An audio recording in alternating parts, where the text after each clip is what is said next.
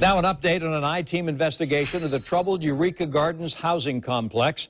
We have been going through a scathing 3-page letter from Housing and Urban Development to the owner of the apartment community. In it, the federal government tells Reverend Richard Hamlet it has lost confidence in his ownership, calling his repair work Band-Aid fixes.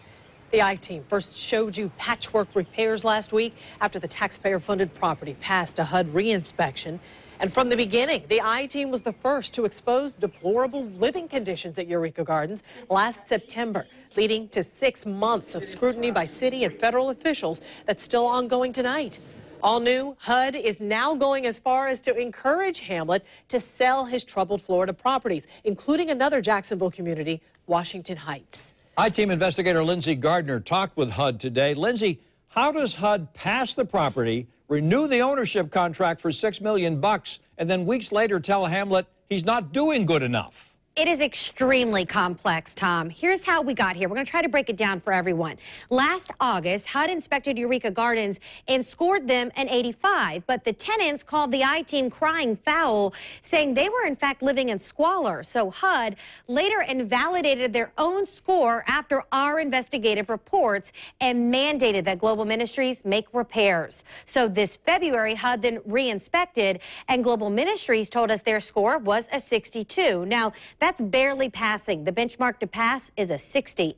Today's letter says that if that recent inspection done in February was done again, Eureka Gardens would also likely not pass again. What's at stake beyond the health and safety of 400 families? Well, $6 million of your taxpayer dollars paid every year to Hamlet to run his Jacksonville properties.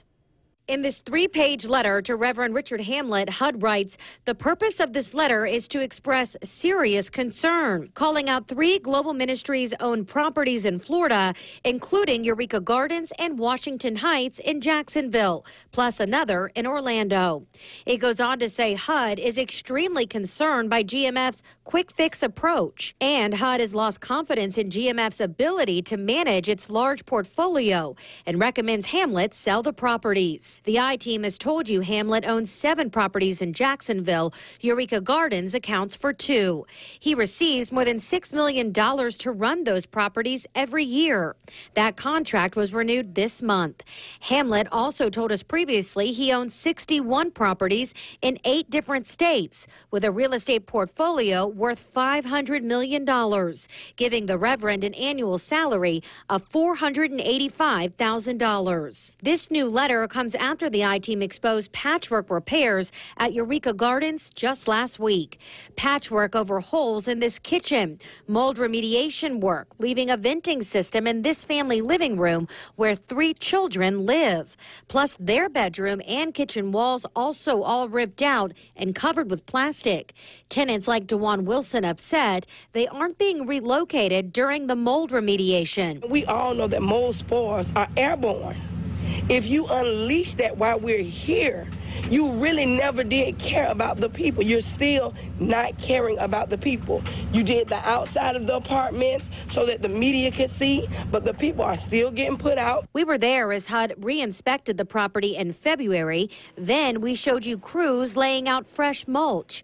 In HUD's new letter, it says that was cosmetic mulch to hide what inspectors now consider serious erosion on the property. When HUD visited again this month, they found exigent health and safety deficiencies were found at Eureka Garden, including electrical hazards. The crumbling stairs we first exposed, still an issue. The letter also noted maintenance staff on the property continues to use quick fixes to mask the problems, including covering holes with painted duct tape. The I-team has shown you evidence of that for 6 months now. Mayor Curry has repeatedly reached out to HUD to say he agrees Eureka Gardens needs a new owner. Just yesterday, he talked directly with the leader of HUD, Secretary Julian Castro.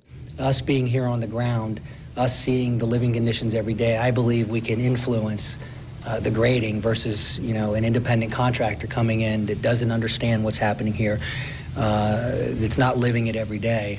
So I'm comfortable working together that we can have influence on that. HUD is also calling out problems at another Hamlet-owned property here in Jacksonville, Washington Heights.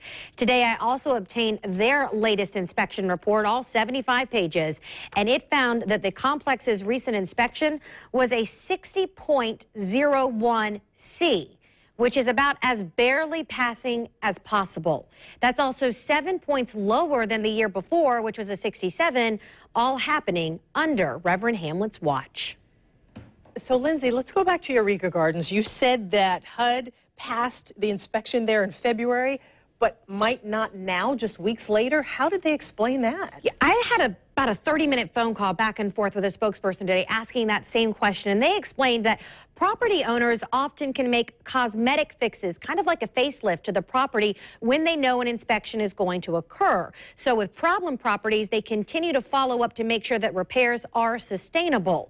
And at the first checkup, they felt that repairs at Eureka Gardens were not sustainable for those hundreds of families, bringing us to this letter today. Lindsay, thank you. Well, within the last hour, we received a statement from Reverend Hamlet, which reads in part, quote, "The leadership of Global Ministries' Affordable Housing Program takes the allegations raised by HUD's Deputy Assistant Secretary very seriously. We are working closely with HUD and impacted stakeholders to continue the work underway to improve our properties," end quote.